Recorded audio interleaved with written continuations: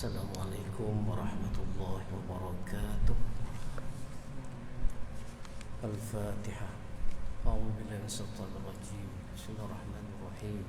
Alhamdulillahi rabbil alamin. Ar-Rahmanir Rahim. Maliki yaumiddin. Iyyaka na'budu wa iyyaka nasta'in.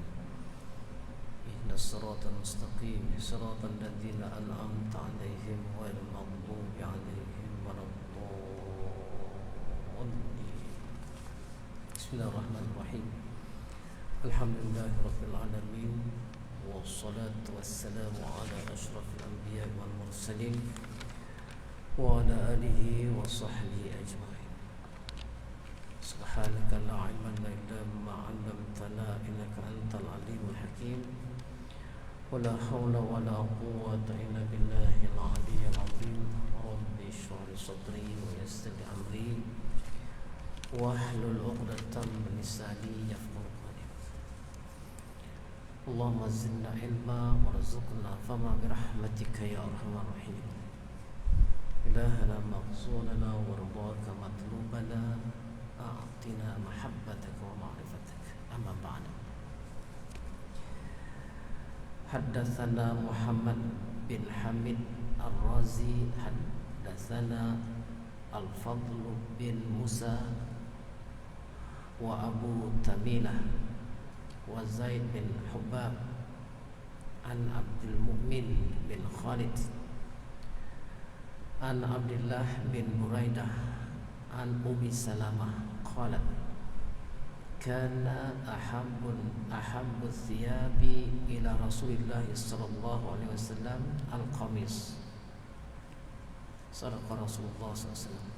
Tuan dan puan yang dirahmati Allah sekalian, alhamdulillah kita bersyukur kehadirat Allah Subhanahu wa taala kerana Allah bagi lagi umur pada kita, kesihatan, kelapangan, dapat bersama-sama pada malam ini solat maghrib berjemaah, kemudian kuliah maghrib. InsyaAllah sampai isyak kita berhentilah sebab kuliah maghrib. Jadi kalau sampai isyak kuliah lagi, kuliah isyak, kuliah maghrib dan isyak. InsyaAllah sebagian mengisi kekosongan yang sepatutnya Ustaz Imran Yusuf. Oleh kerana beliau tidak dapat hadir, saya diminta untuk menggantikan beliau. InsyaAllah pada malam ni kita tengok beberapa hadis Rasulullah SAW berkenaan dengan bab maja'a fi libasi Rasulullah SAW. Bab berkenaan dengan pakaian Rasulullah SAW. Pakaian Rasulullah, macam mana pakaian Rasulullah. Di sebelum tu saya nak peringatkan diri saya, kita apa yang diperintahkan, yang disuruh oleh Syekh Muhammad Samman. Syekh Muhammad Samman, bukan Samhan AJK kita.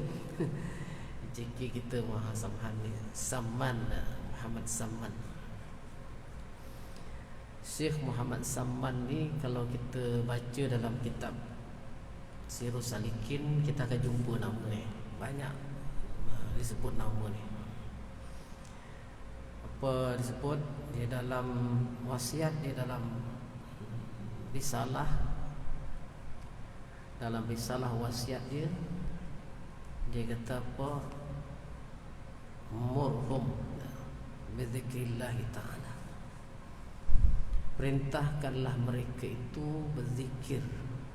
Perintahkanlah mereka itu dengan menyebut Allah Ta'ala.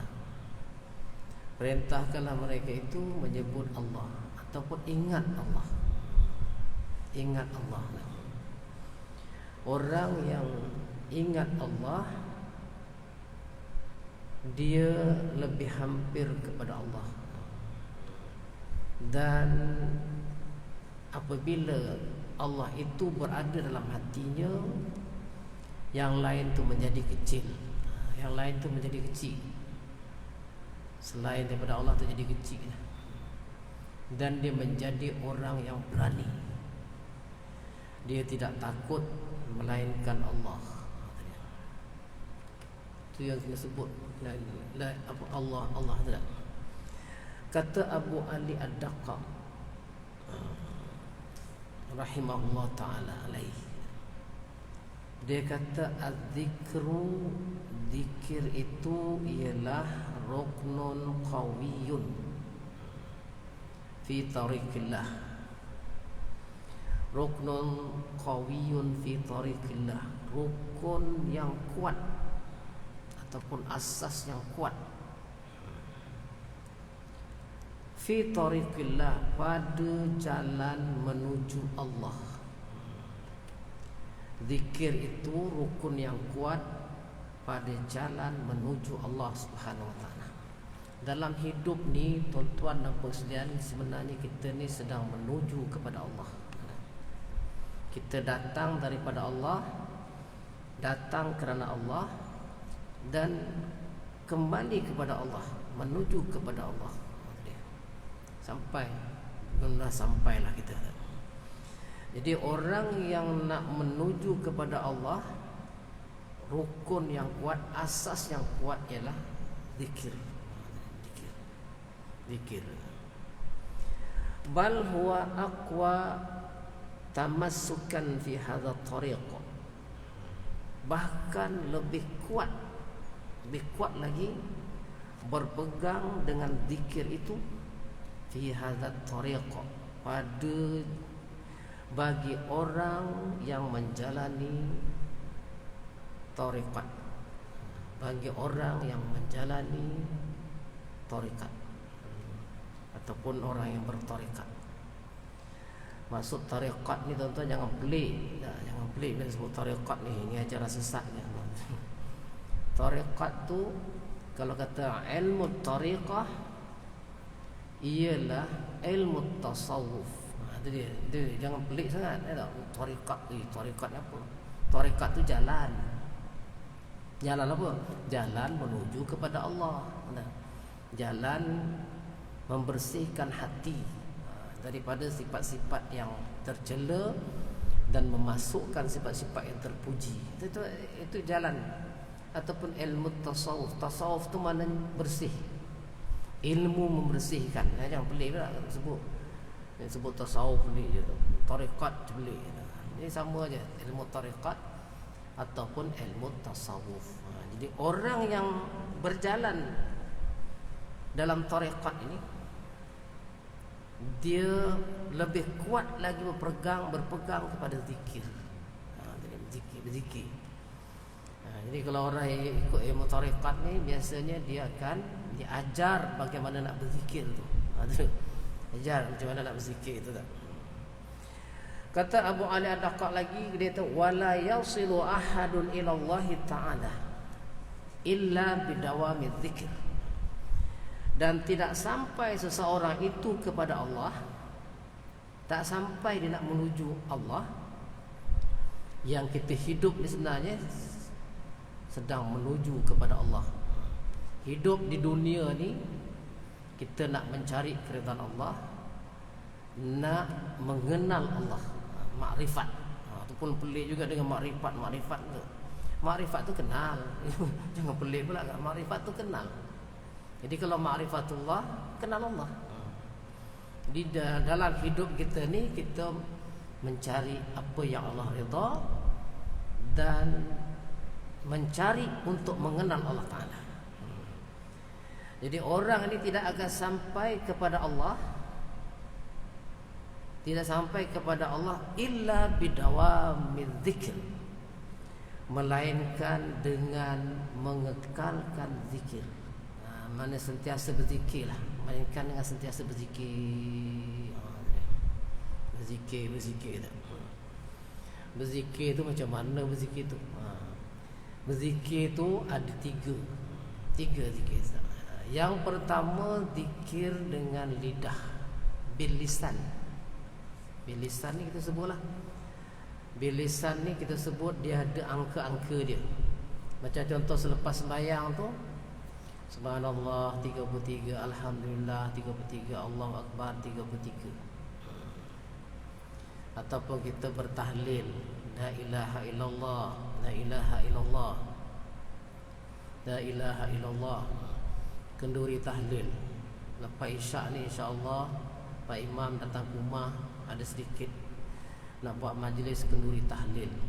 Kenduri tahlil tu ada la ilaha illallah. Jangan la ilaha illallah tak ada. La ilaha illallah ada bilangannya 33, ada 50, ada 100, dan setakat ni tak ada lebih daripada 100. Ada. Kenduri tahlil la ilaha illallahnya 300 ada. Kalau ada insya-Allah yang bergeleng kepala tu Pak Imam saja. Pak Imam tu geleng la ilaha illallah. Tapi makmum bergeleng kepala dan bersuara la ilaha illallah, la ilaha illallah. Makmumnya geleng kepala agak tapi senyap. Tak guna Pak Imam. Tak guna Pak Imam, panjang pula dia, perut lapar tadi. La ilaha illallah. Dulu saya tuan-tuan, saya ingat ni geleng kepala ni kan, saya tanya arwah mak saya lah, dah meninggal lah, arwah mak. Kata orang bertahlil tu dia geleng kepala tu macam mana geleng kepala tu? Oh, jadi arwah mak saya ingat lagi. Dia kata daripada kanan ke kiri. Oh, la ilaha illallah gitu kan. Oh, gitu kan. Dia ajar macam itulah. Saya pun betul la ilaha illallah. Rupa-rupanya dia ada lain, bukan macam tu. Lebih kurang macam tu enggak? Tapi dia lain. Dia pusing daripada hati. La ilaha illallah. Dia pusing. Dia pusing gitu. Oh gitu rupanya. Baru tahu umur nah apa lebih setengah abad. Dia pusing situ. Oh dia ada makam-makam dia. Wah tu nak tu kena belajar tu. Kena belajar tu tak. Ada makam dia punya. Bukan main pusing-pusing je. Kita tengok orang pakai pusing-pusing ni kan. Tengok Pak Imam geleng kepala, dia pun geleng kepala tu. Dia ada dia punya makam-makam dia pusing. La ilaha illallah. Dia bermula daripada hati, kemudian dia berhenti pada hati. Oh tu dia ada dia punya cara. Tu dia. Tu kena belajar lah dah. Dia pukul hati tu.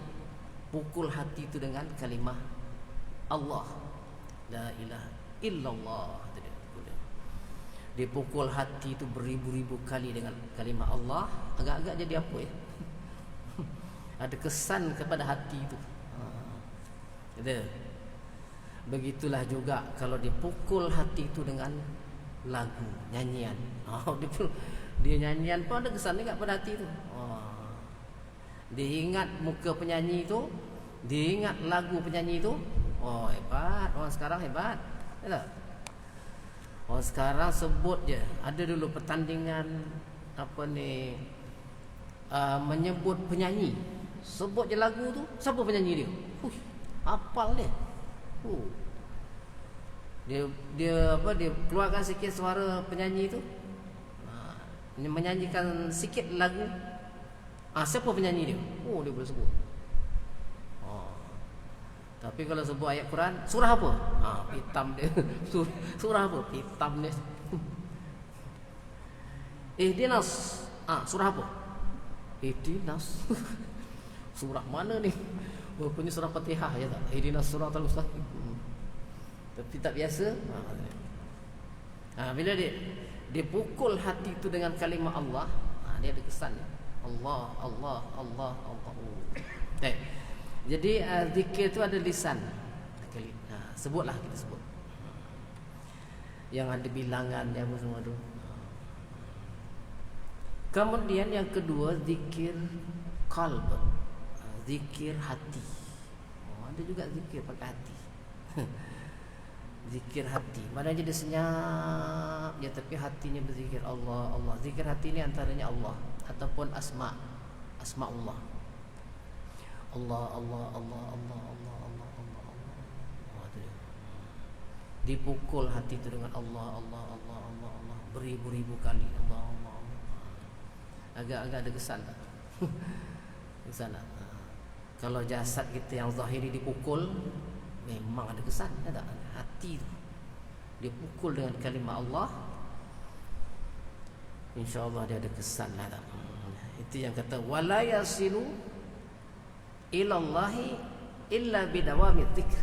Tidak sampai kepada Allah melainkan dengan mengekalkan zikir. Allah. Jadi yang kedua, dan itu tu kita tak tahu bilangan macam mana. Hati itu lebih cepat daripada lidah. Allah. Itu dia. Hati Nabi sentiasa ingat kepada Allah setiap detik. Setiap detik hati Nabi ingat kepada Allah. Hati kita boleh ingat kepada Allah ya. Hatta dalam sembahyang pun tak ingat. Dalam solat tak ingat. Macam mana tu? Hati kita tak ingat. Dalam solat pun kita ingat benda lain. Kalau ada barang hilang, dia ingat. Musim banjir, dia ingat banjir. Dalam hati dia ingat banjir. Ya Allah, kereta aku tak baik lagi lah, rosak lagi ni, lama dah banjir. Ingat dia. Tu. Tapi hati Nabi sentiasa ingat Allah. Sehingga apa? Sehingga kalimah Allah tu mengalir dalam jasad Nabi. Kedua, zikir qalb, hati. Ini pun tuan-tuan saya sebut ni, dia ada cara-cara lah zikir hati tu. Zikir hati tu kena belajar juga. Kena belajar juga. Kita Pak Bilal kita ni, dia punya kerabat dia tu tak. Kalau sebut je, siapa nama? Abdul Wahab Rokan. Abdul Wahab Rokan tu ada cerita dia tak? Kalau tanya dia tahulah. Abdul Wahab Rokan ni ada dia punya karamah dia. Masa dia ada di Indonesia tu, apa nama tempat saya? Rokan lah, dia Rokan lah. Minyak keluar minyak, ada minyak kat situ. Ada minyak. Tahu macam mana dia penjajah tak suka dengan dia, masa tu dijajah. Tak suka dengan dia. Dia pun keluar daripada Rokan, dari tempat dia tu lah. Pergi ke Batu Pahat Johor. Pergi ke Batu Pahat Johor. Abdul Wahab Rokan ni, dia belajar di Madinah. Pergi ke Batu Pahat Johor, meninggalkan negeri dia. Kering minyak, tak ada minyak. Pemimpin masa tu jadi risau dah. Minyak tak ada pula dah. Minyak ni lah bukan minyak apa? Bukan minyak sawit, minyak yang galian ni. Bila macam tu, dipanggillah dia balik ke Rokan tu lah. Panggil balik ke sana. Panggil balik sana, ada minyak. Itu karamah. Itu karamah Abdul Wahab Rokan. Karamah orang yang diberi kelebihan oleh Allah SWT, kemuliaan oleh Allah SWT. Dan dia ni ada tarekat dia. Yang saya heran, tak, keluarga dia, antaranya Pak Bilal kita tak ikut tarekat tu.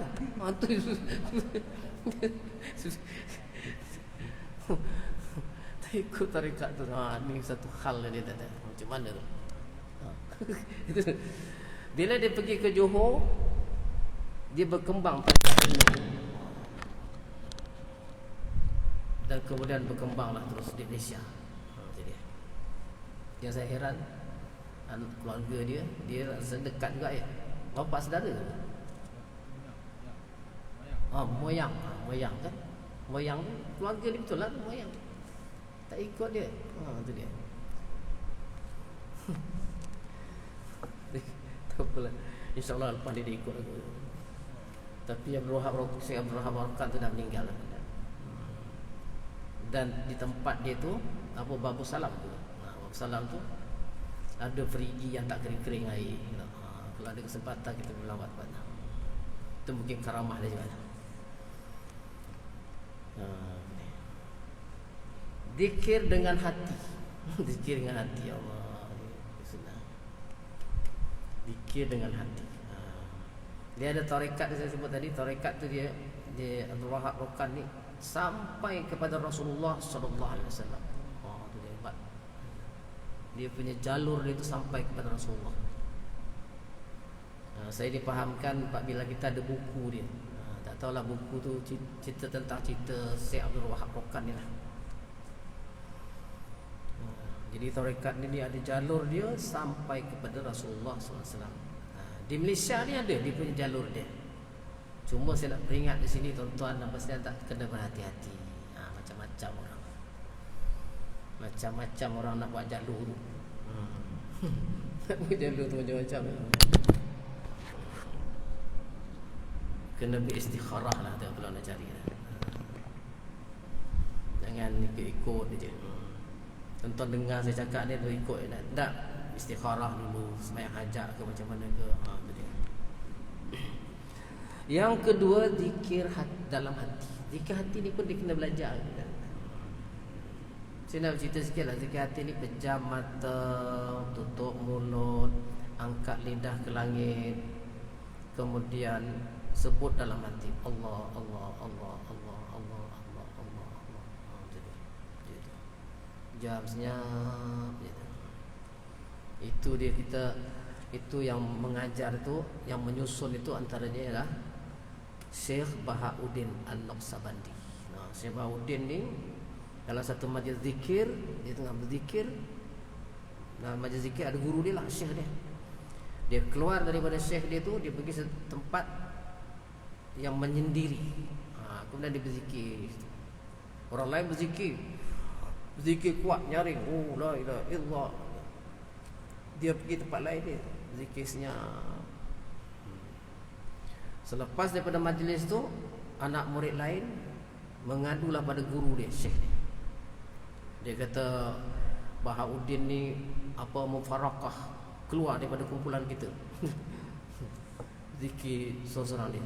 Lepas tu dia kata anak murid dia kata ada kawan kita ni mengasingkan diri daripada kita. Lepas tu dia kata, siapa? Bahauddin. Itu biarkan dia dengan dunia dia. Cara dia. Jadi berzikir dengan hati. Melatih hati itu supaya ingat Allah, Allah, Allah, Allah, Allah. Dua. Yang ketiga, zikir makrifat. Tu dia. Apa maksud zikir makrifat? Kenal. Makrifat ni pelik-pelik dengan bunyi ni. Kenallah kita. Kalau kita kenal dengan seseorang, macam mana? Tak perlu lagi kita menyebut nama dia. Kita tahu dah, kita kenal. Kita tengok, kita tahu dah. Tengok, tak perlu sebut lagi. Tak perlu sebut nama dia dah. Kita dah kenal dia. Bila kita kenal dia tu, dalam masa sama tu kita berzikir, ingat akan dia. Jadi begitulah kita dengan Allah. Bila kita kenal Allah, kita tengok, tak payah menyebut Allah pun, maknanya kita sedang berzikir. Tengok alam, ingat Allah. Tengok orang, ingat Allah. Tengok orang buat aksiden, Allah. Allah, Allah, terus ingat. Sentiasa ingat. Itu dia.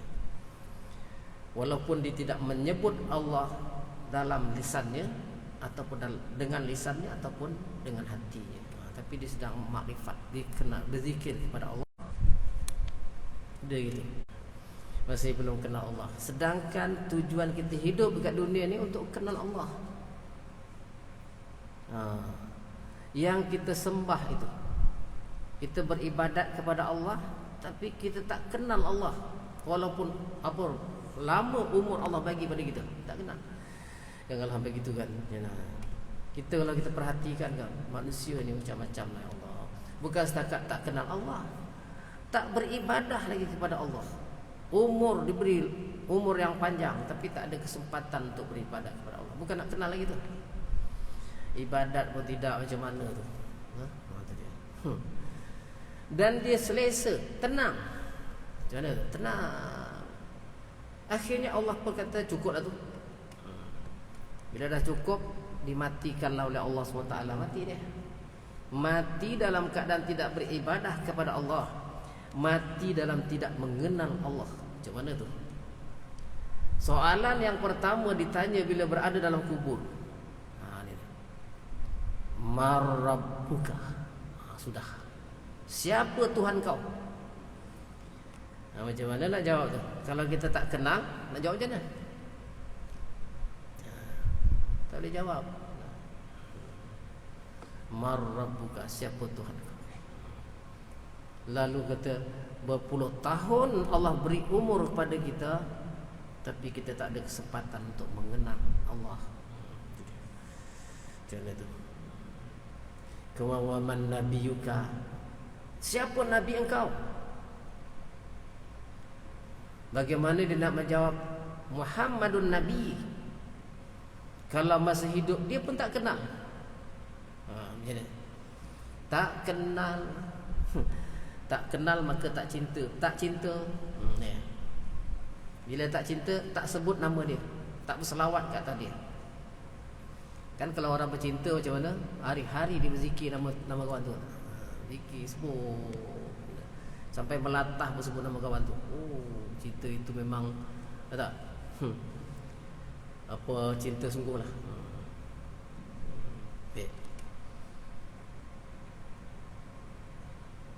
Jadi tu. Jadi saya nak simpulkan saya tiga lah zikir tu. Tiga. Pertama dengan hati, lisan, hati dan makrifat, kenal zikir itu. Dan orang yang berzikir ini untuk dia sampai kepada Allah, sampai mengenal Allah, ialah dengan mengekalkan zikir. Ustaz tak ada cara lain ke? Ada banyak cara lain lah. Tapi yang cepatnya kita berzikir, mengambil zikir itu daripada orang yang mursyid. Ini seperti orang yang mursyid. Isyak apa ni? Orang yang mursyid. Macam mana orang yang mursyid ni? Jangan tengok kita tengok keadaan ni macam mana. Yang pertama, orang mursyid ayakuna aliman bil faraidil ainiyah. Alim dia tentang ilmu fardu ain. Ilmu fardu ain je. Dari segi fiqahnya, yang asas fardu ain tu dia tahu sembahyang macam mana, salat sah sembahyang, puasa, haji, yang asas, yang fardu ain. Yang khilaf tu tak masuk. Dia faham tentang ilmu fardu ain. Tengok orang tu. Ini penting dari segi akidahnya, tauhidnya, lepas dia fardu ain tu. Antaranya dia tahu tentang sifat 20. Sifat yang wajib bagi Allah Ta'ala ada 20, yang mustahil 20, yang harus 1. Kemudian kepada Rasul 4, wajib pada 4, yang mustahil 4, harus 1. Boleh campur ada. Dia tahu yang asas-asas, yang fardu ain. Begitu juga berkenaan dengan ilmu tasawuf. Ilmu tasawuf ni tuan-tuan dan puan-puan, dia macam fiqh tauhid juga, wajib. Tapi orang kadang dia tak sampai ke situ. Dia sampai belajar fiqh sikit, belajar tauhid sikit, undur balik belakang. Belajar bab solat macam tu, undur balik. Dah habis tu puasa, sampai zakat, haji, patah balik pula. Tak sampai. Begitulah tauhid. Tauhid. Tapi tauhid ni pun tak lepas. Banyak kita tak lepas. Kebanyakan masjid tak banyak kelas pengajian tauhid. Begitu juga tasawuf, kena ada yang asas-asas. Sekurangnya kitab Penawar Bagi Hati tu, dia mahir situ, tahu dia sifat-sifat yang mazmumah, sifat-sifat yang mahmudah, dia tahu. Yang kedua, dia ayakuna arifan billahi. Dia tahu tentang ilmu makrifat, ilmu mengenal Allah. Ilmu tauhid lah ni, ilmu mengenal Allah. ilmu tauhid. Kemudian dia tahu tentang jalan-jalan menyucikan hati, menyucikan diri. Tazkiyatun nufus, jalan-jalan membersihkan hati. Macam mana nak membersihkan hati ni? Dan jalan-jalan mendidik hati tu. Macam mana nak didik hati tu? Kalau ada berlaku masalah, macam mana nak betulkan? Dia tu kena tahu dia. Kalau nak jadi mursyid tu kena tahu. Sebab tu kadang-kadang orang mursyid ni dia tahu. Kalau Nabi sendiri kan, dia tahu apa yang dikehendaki oleh sahabat tu, dia tahu. Itu hebat. Begitu juga orang yang mursyid ni dia tahu. Orang ni masalah dia ni, cara nak merawat dia begini. Dia tahu tu jalan-jalan membersihkan hati tu. Kemudian ayakuna ma'dzura li syaikhi. Ini yang ketiga, yang keempat ni penting tak? Dia mendapat izin syekhnya. Itu kata jalur tadi tu. Dan mendapat izin petunjuk daripada syekhnya. Maknanya dia tu ditunjukkan oleh syekhnya, gurunya. Gurunya. Mana dia ada guru dia. Guru dia ada guru lagi. Guru atau ada lagi ada guru-guru sampailah kepada Rasulullah, sampai kepada malaikat Jibril, sampai kepada Allah Subhanahu Wa Taala. Gitu dia punya jalur dia sampai gitu. Mesti ada tu. Jangan main ikut tengok ni syekh mursyid ni, kita tengok. Kita tengok jalur dia tak sampai. Banyak. Ada setengah minta maaf tuan-tuan ni, dia tulis buku pula tu. Mengatakan orang ni tak betul, ni tak betul, ni tak betul, yang betul dia. Tu. Ada orang macam tu ya. Dia nak jadi mursyid tu macam tu, tak jadi. Kena betul-betul ya. Kena betul-betul. Jadi tu. Jadi kena cari orang yang apa tadi? Yang mursyid itulah untuk membimbing kita dari segi rohani kita, supaya sampai kita kepada Allah, sampai kita mengenal Allah, sampai kita menuju kepada Allah SWT. Sementara kita hidup kat dunia ni. Tuan-tuan dan puan-puan yang dirahmati Allah sekalian, cukup sekadar itu sebagai mukadimah saya pada malam ini. Mukadimah Nabi dah. Kita masuk sikit sini berkenaan dengan pakaian Nabi. Nabi ni dia kata Ummu Salamah, Nabi suka pakai komis. Suka pakai komis. Kalau komisun. Kalau kita pergi dekat Mekah, orang Arab kata qaf jadi ga. Kalau Saudi dia qaf jadi ga. Jadi apa? Gamis. Gamis. Kalau pergi Mesir, qaf jadi hamzah. Amis. Amis. Kalau pergi Mekah dia kata gamis. Qaf jadi ga. Gamis. Gamis ni saya tengok ada yang terjemah gamis ni, dia kata baju kurta tu panjang sikit. Dan di sini dia ceritakan gamis ni dia belah kat depan ataupun kat belakang. Dia terbelah baju dia tu. Dia terbelah di depan ataupun belakang. Tapi kita tak ada dah macam tu kan. Fashion tu tak ada. Di depan belah kat sini, belakang terbelah. Jadi lagi angin senang masuk lah. Jadi bila terbelah ni dia tak ada butang. Tak ada butang. Ini fashion baru dah kita ni pakai ni. Dia tak ada butang. Bila tak ada butang, ada masalah sikit bila solat. Bila solat dia rukuk tu, orang depan boleh nampak dalam aurat dia. Tengok, boleh nampak tu dekat sini. Ni berlubang. Bila dia rukuk tu boleh nampak. Tu kena hati-hati. Kalau macam tu, dia kena tutup dengan apa nama? Serban ke apa? Ridak, tudung, selendang. Kena tutup kat sinilah, kan?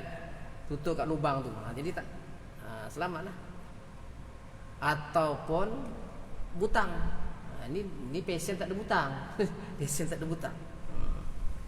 Tutup macam tu. Itu ada khilaf di kalangan ulama. Ada yang kata kalau baju tu ketat sikit, tak apa. Kalau baju tu ketat, komis tu ketat, mana tak nampak lah, dia tutup. Tapi kalau komis tu longgar, sini dah belah atau belakang belah, dia nampak. Tak pakai seluar Ustaz? Wallah alam, tak tahu dia nampak dalam. Aurat orang lelaki daripada pusat hingga lutut. Dia nampak dari dalam. Jadi kalau macam tu macam buat macam mana? Tutup. Sebab itu boleh membatalkan solat. Kalau ternampak aurat kita, boleh membatalkan solat. Boleh membatalkan solat. Jadi punya orang main ni pakaian dia. Ada orang sembahyang, kita tak pakai komis ni, kita pakai baju t-shirt. Dalam pun tak pakai baju dalam. Bila berdiri okey, tutup semua. Tapi bila rukuk, terbuka belakang. Terbuka belakang. Dah nampak seluar on the way dia tu. Bila dia sujud, nampak semua, lurah-lurah dia pun nampak. Tapi dia sedar baju dia pendek, dia pun tolak dengan tangan dia. Jadi sembahyang gitu, sengit gitu. Jenuh nak menutup tu sengit gitu. Allah, berdiri balik. Bila rokok je sengit, sebelah tangan ke paha, lutut, satu lagi ke belakang nak tutup. Bila sujud, satu tangan ke bawah, satu lagi tangan ke belakang, jadi susah. Eloknya belilah pakaian yang boleh menutup. Sebab kalau terbuka aurat, hendaklah disegerakan menutupnya. Kalau dibiarkan terbuka terus, batal sembahyang tu. Jangan main tu, jangan main. Macam kita pakai kain bersama juga. Kain tu koyak. Bila kain koyak, nampak macam mana? Segeralah menutup kekoyakan kain itu. Koyak tu. Sama ada kita buka, kita pusing ke depan, kita tutup macam mana? Ataupun macam mana? Kalau kain koyak, masa rukuk tu perak koyak belakang. Macam mana? Kita pusing ke depan. Jangan biarkan koyak. Tak apalah koyak, tak apa. Orang belakang masalah.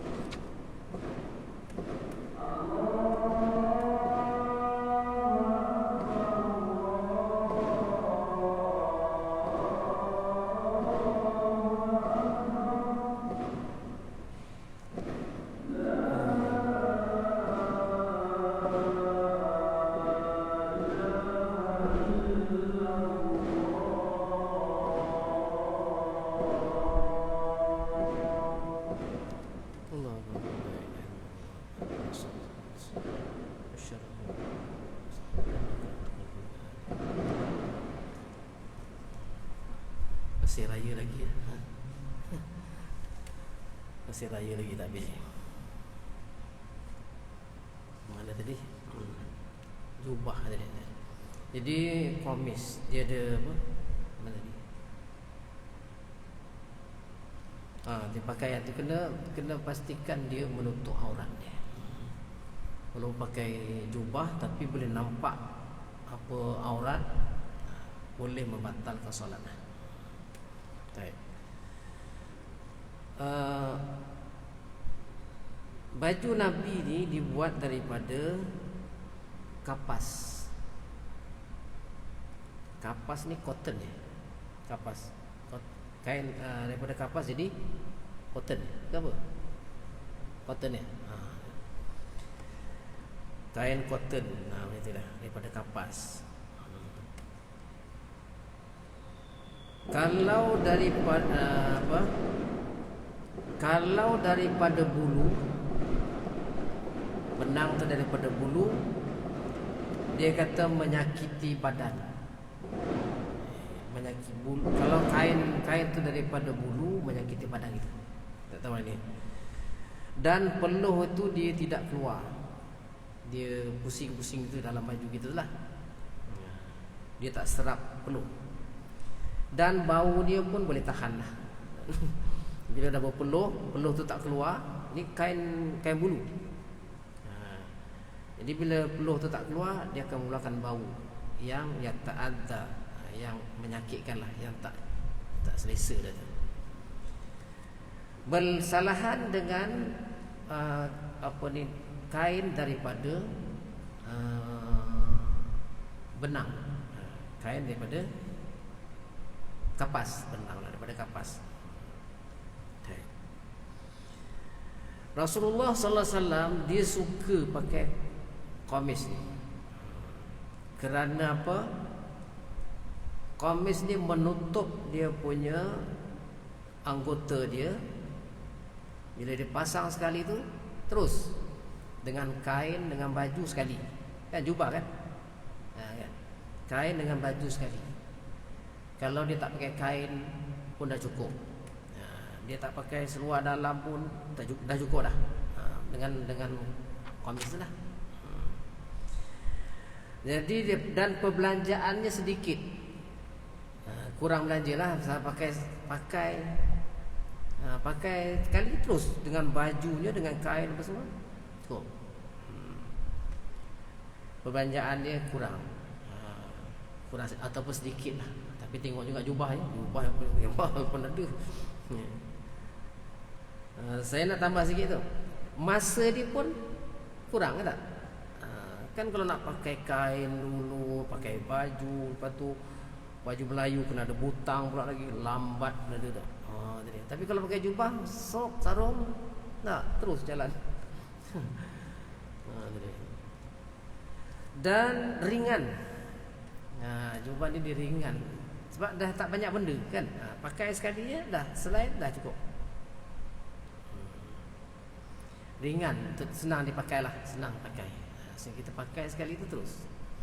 Ini pakai yang kadang kain, apa lagi, baju.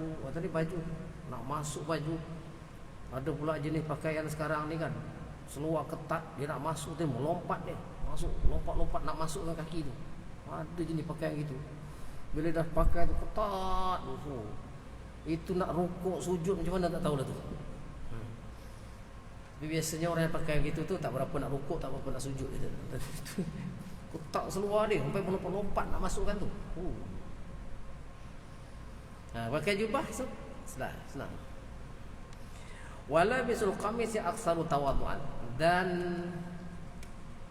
pakaian jubah ini apa kata lebih banyak tawadhu'. Tu dia. Dia kata. Dalam kita ni. Orang tawaduk tu dia pakai jubah. Minta maaf tuan-tuan yang tak pakai jubah, tawaduk juga, tapi lebih banyak lah, lebih lagi. Dia pakai jubah tu. Sebab tu Nabi pakai jubah kan. Tok guru biasanya orang alim-alim tu dia pakai jubah. Walaupun urusan resmi apa ke. Ya. Tapi itulah kadang-kadang macam lekeh lah kita pandang. Apa ni pejabat pakai jubah, kan pelik gitu. Pejabat kena pakai tie, pakai coat. Bila tie coat di jalan boleh macam kan. Kau ada tunduk pakai tie ke coat. Jalan gitu dah ada. Tapi kalau pakai jubah wallah alam tahu. Baik. Dan ada dalam hadis kata tak melebihi buku lali. Atas daripada buku lali sampai ke betis. Sampai betis. Allah pakai jubah pakai betis nampak jelah. Tengok. Sini ya, apa berkaitan dengan takabur ataupun riak. Kata kalau pakai labuh ke bawah tu ada unsur takabur ataupun unsur riak. Baik. Kalau kita pakai pakaian yang melebihi daripada apa tadi, buku lali tu, bukan niat takabur, bukan niat riak, maka bolehlah. Jangan pelak balik dia pakai potong semua. Jubah pakai pendek tu dah. Niat kita bukan nak sombong, bukan nak menunjuk, bukan nak takabur. Tapi nak cerita Nabi, pakaian Nabi ni. Ataupun ada orang dia kata ni Nabi tak buat macam ni. Ni riak ni, sombong. Dia pakai atas daripada buku lali atau sampai betis dia. Itu pun kalau dia niat riak, dia niat sombong pun tak kena juga. Salah juga. Itu kena jaga hati tu dalam bab pakaian tu. Bukan nak menunjuk, nak sombong. Jadi dalam kitab ni sebut, dia kata pakaian jubah tu dia kata aksaru tawadhu'an, lebih banyak tawadhu'nya. Wallahu a'lam. Jadi tuan-tuan dan pendengar rahmatullah sekalian, itu sedikit ya. Dia ada 16 hadis yang berkaitan dengan pakaian Nabi ni. InsyaAllah kita akan sambung dosa akan datang. Di situ sikit saya nak tambah sini yang berkenaan dengan baju ni. Dia komun. Ada kom tu lengan baju. Lengan baju Nabi tu sampai ke kok. Apa ni kok ni? Apa ni? Sendi tangan ni. Sampai situ. Itu pun kena jaga juga. Dia lebihkan daripada tu, nak menunjuk pun tak kena juga. Terlebih tu bukan apa. Terlebih tu dah beli baju tu terlebih. Lepas tu nak potong tak ada tempat nak potong. Jadi pakai, bukan nak menunjuk pada orang. Jadi wallahu a'lam. InsyaAllah kita akan sambung lagi pada masa akan datang, bab yang berkaitan dengan pakaian Nabi ini. Wallahu a'lam. Sallallahu alaihi wasallam Muhammad sallallahu alaihi wasallam jaman marhuma wa tafarruqna min wali tafarruqa ma'suma wa la tadillu fina wa ma'ana wa la matmadu syakya wa la mahruma. Rabbana atina fid dunya hasanah wa fil akhirati hasanah wa qina adzaban nar. Sallallahu alaihi wasallam Muhammad wa alihi wasallam ajma'in walhamdulillahi. Subhanakallahumma bihamdik asyhadu an la ilaha illa anta astaghfiruka wa atubu ilaik. Bismillahirrahmanirrahim. Wal 'asri innal insana lafi khusr illa alladziina aamanu wa 'amilus solihati wa tawassaw bil haqqi wa tawassaw bis sabr. Assalamualaikum warahmatullahi wabarakatuh.